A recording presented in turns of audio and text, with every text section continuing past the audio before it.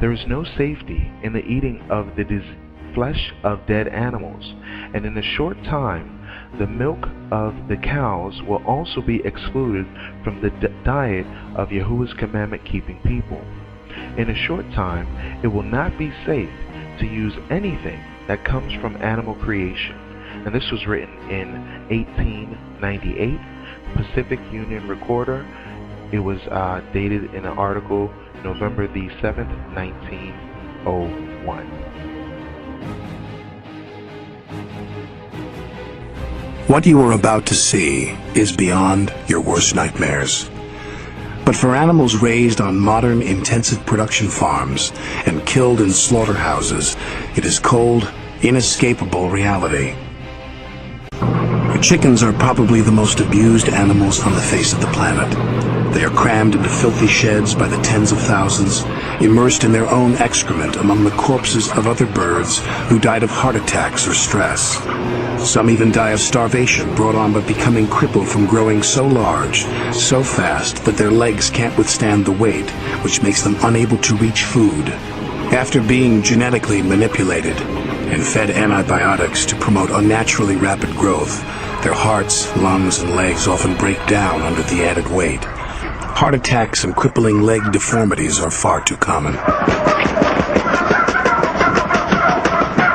A PETA investigation found this farmer killing sick and injured turkeys by beating them with a metal rod and then tossing them aside, leaving them still conscious and suffering.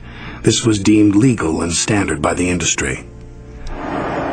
These turkeys were left to languish for 6 hours before being loaded back onto another truck to be taken, injured, to the slaughterhouse another 4 hours from the scene of this accident. This undercover video shows the standard method of gathering chickens for slaughter. After enduring weeks in filthy, crowded conditions, the animals are loaded onto trucks and taken through extreme weather conditions without food or water to slaughterhouses.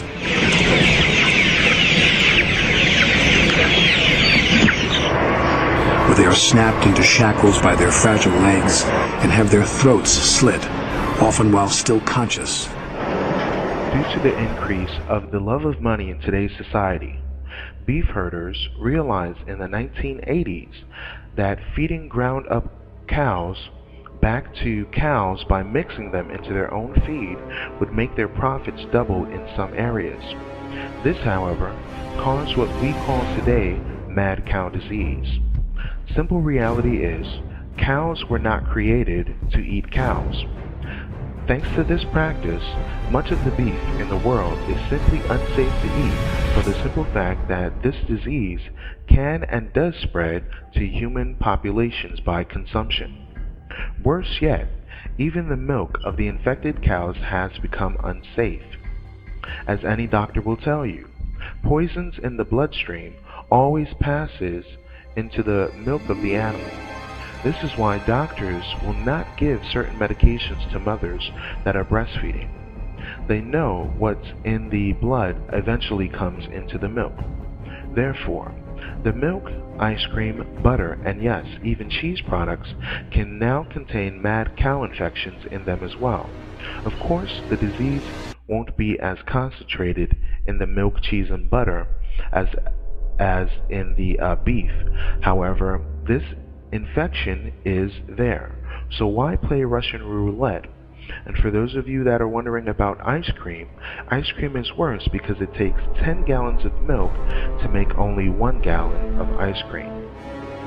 To make these unnerving truths so certain, it turns out that chicken farmers have been feeding their chickens antibiotics, hormones, and arsenic, as well as keeping their lights on the chicken coops 24/7 to generate unnatural feeding habits of the bird so as to make them grow larger for more profits when they go for sale. These gluttonous birds now become unsafe to eat. Lack of sleep also causes the birds to become sickly in many different ways. Again, it's all about the money. still, it's even worse here in the United States of America, where it's perfectly legal to mix into the chicken feed cooked down cows to make the birds even fatter, as well as their eggs later for sale. There's an article written as of the 17th of June 2011 in which it states, steak made from human excrement is now safe to eat. The mere idea is stomach-churning, creating food from human feces. But researchers in Japan say they have done just that. They have synthesized meat from proteins found in human waste, according to news reports. While the concept of chewing down on steak derived from poop may not exactly be appetizing, we wonder, is this meat safe? In theory, these so-called experts say yes. When Moses came before the children of Israel, he stated to them clearly the process of what they have to do concerning the fleshly meats of animals. And he said in Exodus 29 verse 14, "But the flesh of the bullock, and his skin, and his dung, shall thou burn with fire without the camp. It is a sin offering." So clearly we see that if the ancients did not even eat the dung or feces of animals, what makes these scientists think that this practice is socially acceptable?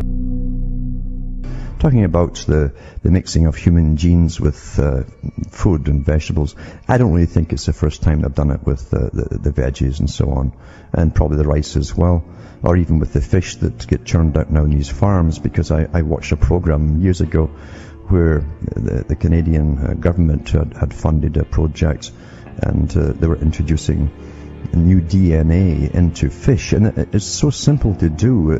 They just held the fish up coming down a trough one at a time, very quick, a few seconds each, and just touched them. It was the end of a pen thing, which injected into it some DNA attached with E. coli. E. coli takes it deep inside, and once just like you, as your cells die off and they're replaced, this new DNA replaces the ones that die off, and eventually the fish becomes a complete different, and it's owned, of course, the guys who own the patent, the DNA. So that kind of puts you off their farmed fish. Anyway, it's the same thing with all your crops. Now, you don't bring big biotech companies into making your food that worked and have a tradition of being part of the big military industrial complex like Monsanto.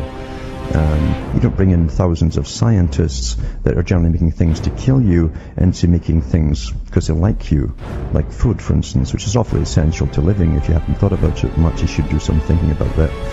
But it says it's first GM food crop containing human genes set to be approved for commercial production. Laboratory-created rice produces some of the human proteins found in breast milk and saliva. Well, that's awfully appetizing, isn't it? It says its U.S. developers say they could be used. They always do this. It's like wanting to give you brain chips. Well, we're trying to help quadriplegics, like the DARPA said a couple of years ago. That's what DARPA's there for. The big military boys are there to help paraplegics. No, I don't think so. They always use that rubbish. So it could be used. It could be used to treat anything, but used to treat children with diarrhea, a major killer in the third world. So if they survive, they'll be salivating as though they're on antipsychotic medication, I guess, and growing breasts. It says the rice is a major step in so-called Frankenstein foods, the first mingling of human origin genes and those from plants, but the U.S. Department of Agriculture has already signaled it plans to allow commercial cultivation. So in other words, the boys who are put in there by Monsanto, because they own the FDA and everything, as they're boys who all work for Monsanto. They'll do a few years in the U.S. departments, then they go back to Monsanto. Anyway, so it's a done deal. The rice's producers, California-based Ventria Bioscience, have been given preliminary approval to grow it on more than 3,000 acres in Kansas. The company plans to harvest the proteins and use them in drinks, desserts, yogurts, and muesli bars. It says it's provoked horror among some GM critics and consumer groups on both sides of the Atlantic. Gene Watch UK, which monitors new GM foods, described it as very disturbing, and researcher Becky Price warned there are huge health risks and people should rightly be concerned about this. But this is the agenda, folks. As I say, Russell talked about this kind of stuff back in the 1930s and 40s. And what's amazing too is you can put articles like this out and they say, Friends of the Earth campaigner Claire Oxborough said, using food crops and fields as glorified drug factories is a very worrying development. Friends of the Earth are the most radical group for massive depopulation. But they get them snuck in this article here just to give you a different opinion. And another article on it too, I'll put this up tonight as well. It says it goes into the same story basically, and gives a little bit more detail about it. And it talks about the first biotech crops commercialized in 96. Biotech crops are now being grown in 18 countries. That's why you've all got ulcers and cancers of the colon, just like all the animals they tested this stuff on first got. If you didn't understand why cancers are skyrocketing, maybe you'll put two and two together, hopefully. It says, today the United States is a leader in producing biotech crops with $27.5 billion in value in 2003-4 from growing biotech-enhanced soybeans, corn, cotton, canola, and a lot of other stuff now. A lot of other stuff, and all the other kinds of vegetables as well. So unless you grow your own, really, or someone who does grow their own, it's not good news. And corn, everything, it's just on and on and on it goes. If you want to conquer the world, you just follow, as I say, the agenda prescribed by Bertrand Russell and the big boys and the Huxleys, who talked about, especially Julian Huxley, about massive depopulation, etc. People who are given a completely different education and a different reality altogether than any of you would ever suspect. And they're part of a superclass, of course, very old superclass.